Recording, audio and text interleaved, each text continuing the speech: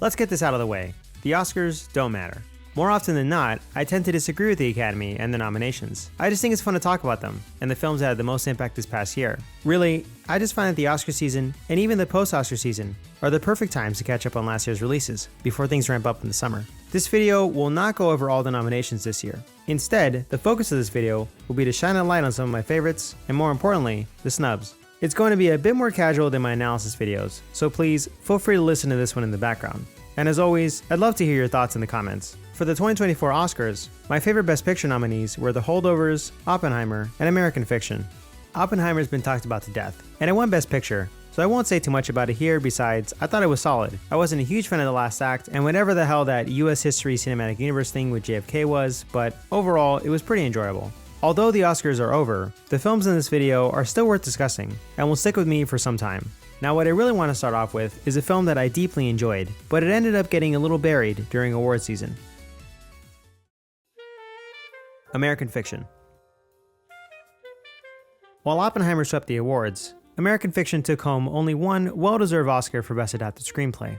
On my first watch, I wasn't crazy about it, but it's really grown on me since, and I'm constantly revisiting interviews and articles about its creation, which is always a sign that something has left a lasting impression on me. It's well shot, expertly written, and features fantastic acting from Jeffrey Wright, who gives us a very human character in Thelonious Ellison.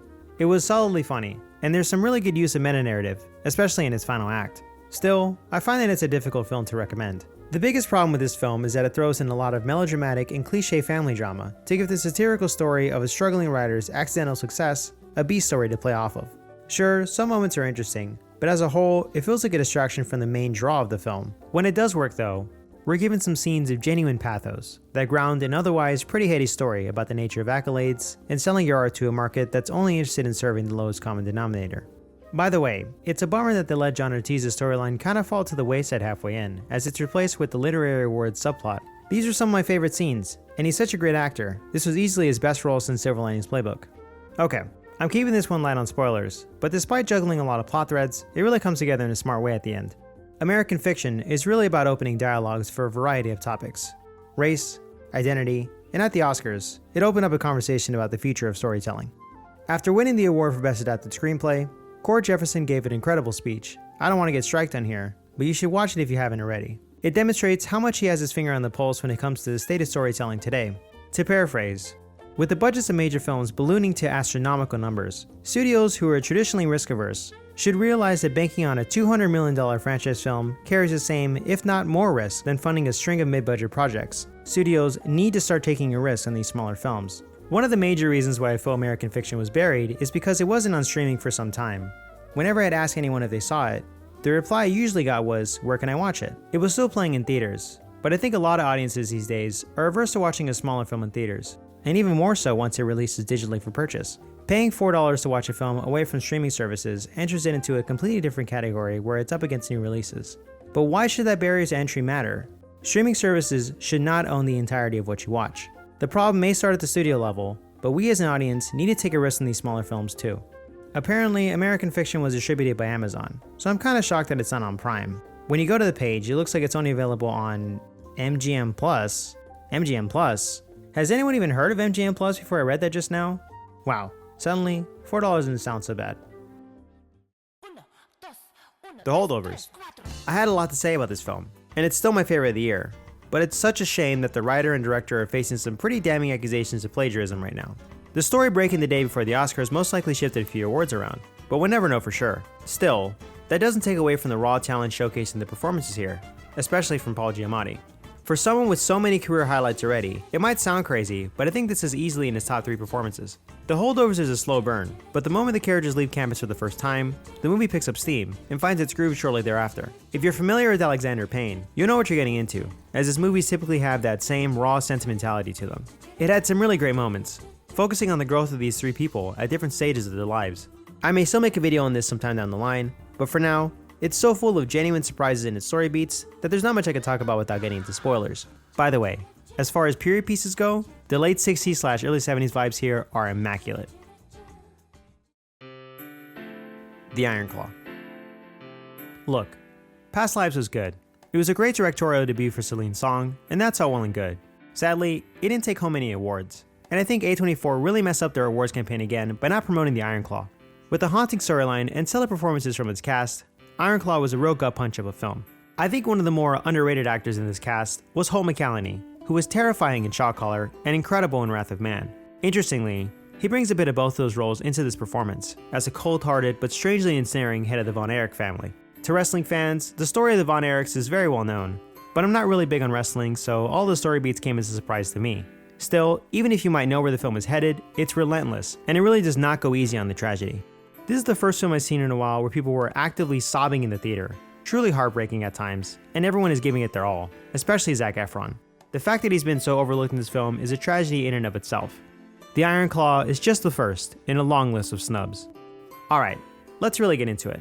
The list of snubs for this year's Academy Awards is long. The Iron Claw, Priscilla, Radical, Godzilla -1, The Killer, Blackberry? Really, nothing for Blackberry? There's too many snubs, and there's not enough time to discuss them all, but I do want to highlight a couple, starting with Blackberry. I get it. New entries in the frenzy kinetic business film genre are never in short supply. You've seen them before, some good and some bad. But Blackberry easily stands shoulder to shoulder with films like The Big Short and Moneyball. Director, writer, actor Matt Johnson has also been around for a while, making his debut with The Dirties and continuing with the excellent Nirvana the Band The Show. He's a great talent and brings his own brand of humor to a pretty interesting tech story. I look at 100,000 deals a day. I pick one. Is that the quote? No, I look at 100 deals a day. I pick one. Wall Street. Warhammer, Dune, Star Trek, land parties. Let's be honest, they go a little overboard with the references, but that's Matt Johnson's jam, so it works. The rest of the cast is no slouch either, with Jay Baruchel and the golden god Dennis himself running out the list. There are some moments in this when Glenn Howerton goes full Dennis, and it's just fantastic. No. Never take the drinks. Thirst is a display of weakness. While it is a story about tech, the white noise parable at the heart of Blackberry discusses the nature of art, especially when it comes to efficiency versus passion. Perfect is the enemy of good, but good enough is the enemy of humanity. I know this film getting nominated was kind of a long shot since it released early into 2023 and had what felt like a marketing budget of about $5 Canadian, but still, it was easily one of the best films of the year. What was going on with Jay Baruchel's wig though? Radical. When I think of the Oscars foreign film category, I think of films that shine a light on relevant issues. Radical is one of those films, revealing an important issue in Mexico's educational system that could also apply to the state of US education, really. Radical immediately provokes us by presenting a setting that feels like a war zone. In this tumultuous border town, a teacher tries to unlock the potential of his students by using unconventional methods. This film has a lot of heart, but it's a bit of a familiar story. The anchor of this film is lead actor Eugenio Derbez. You probably know him best from that pretty bad How to Be a Latin Lover movie, but Derbez is a genuine dramatic talent. If you haven't seen Instructions Not Included, I strongly urge you to do so. He's at his best in films that mix comedy with drama, and the frequent tonal shifts in Radical give Derbez ample chance to shine, I swear. This has probably one of the most realistic on-screen cries I've ever seen, and it really sells the final act's emotional payoff. Teachers are important. Appreciate your teachers. I'm not sure if it would have won the foreign film category, but I wish it got some recognition. Unfortunately, the nomination rules for foreign films are surprisingly stringent, and Radical seems to have also shined light on the submission process for foreign films. Countries can only nominate one film. That's one film for the entire country. On top of that, the submissions usually close pretty early into the year, which caused Radical to narrowly miss its deadline as it premiered in October. By that logic, Radical might be able to apply for the 2025 Oscars, but with so many great films coming out year after year, it's tough to say whether or not it will get its due next award season. There were a lot of really strong choices for Best Foreign Film this year, and even if it did get submitted, I haven't taken a close enough look at the other nominees to know which film was the weakest link, so to speak. So if you're in the mood for an uplifting film, I'd give Radical a shot. By the way, did anyone else see that Wim Wenders has a movie out this year? The guy's almost 80. Same with Scorsese now that I think about it. Wow, that is truly nuts. Godzilla -1. So to wrap up this video, I just wanted to put a few thoughts about Godzilla out there. I get that it's a long shot, but I think it's a little weird that Godzilla was recognized only for its visuals and didn't earn a Best Picture nomination, let alone a foreign film nomination. Come on, the crew was beyond hyped. They went all out at the show, even if it was just for one nomination. There isn't a digital release for this yet, so apologies for the limited footage. I was going to rewatch it in preparation for this video, but it isn't playing in theaters anymore, so I have no idea how to actually watch it. Toho just does this, I guess? Shin Godzilla took nearly a year to go from US theaters to a US Blu-ray release, so for these reasons, I'm going to be showing a lot of footage of Shin Godzilla instead. When Godzilla -1 released last year, there was a lot of discourse about this film surpassing or even redeeming Shin Godzilla. I disagree with that statement. I love both films, and they stand completely apart from one another. even though they're entries in the same franchise. Shin Godzilla was a masterpiece from Anno that evoked the feeling of a classic Godzilla film while giving us some great characters, great moments of empathy for Godzilla, and also, weirdly enough, great body horror.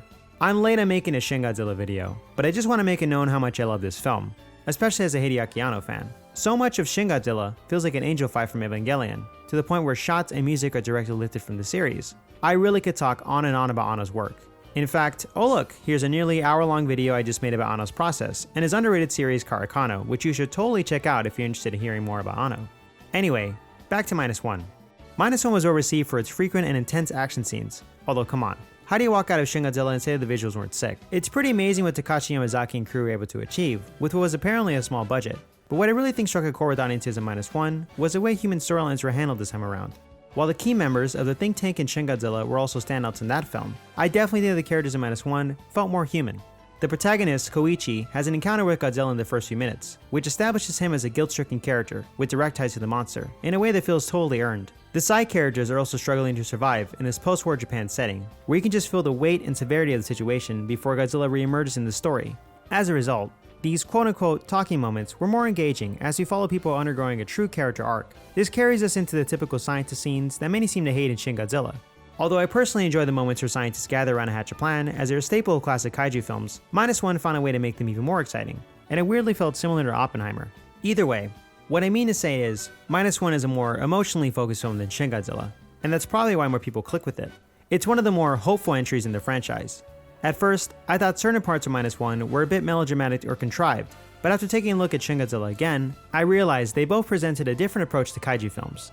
Where Shin Godzilla embodied the ingenuity of the human mind, Godzilla -1 was about the endurance of the human spirit. There were so many great movies to watch in 2023.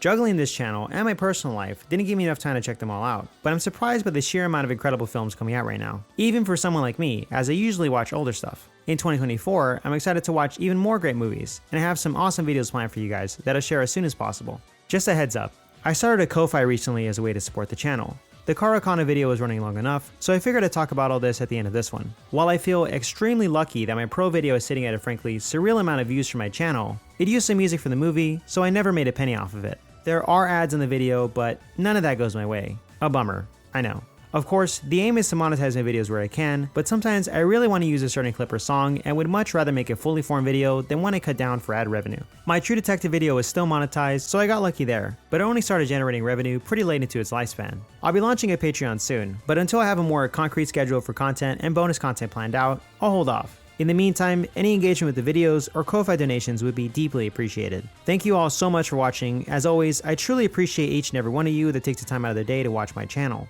Especially those of you who leave comments, as I enjoy reading them while making the next video. By the way, if I didn't cover a film that you want people to check out from this past year, please mention it in the comments. Alright, hope you guys enjoyed this, and as always, I'll see you in the next one.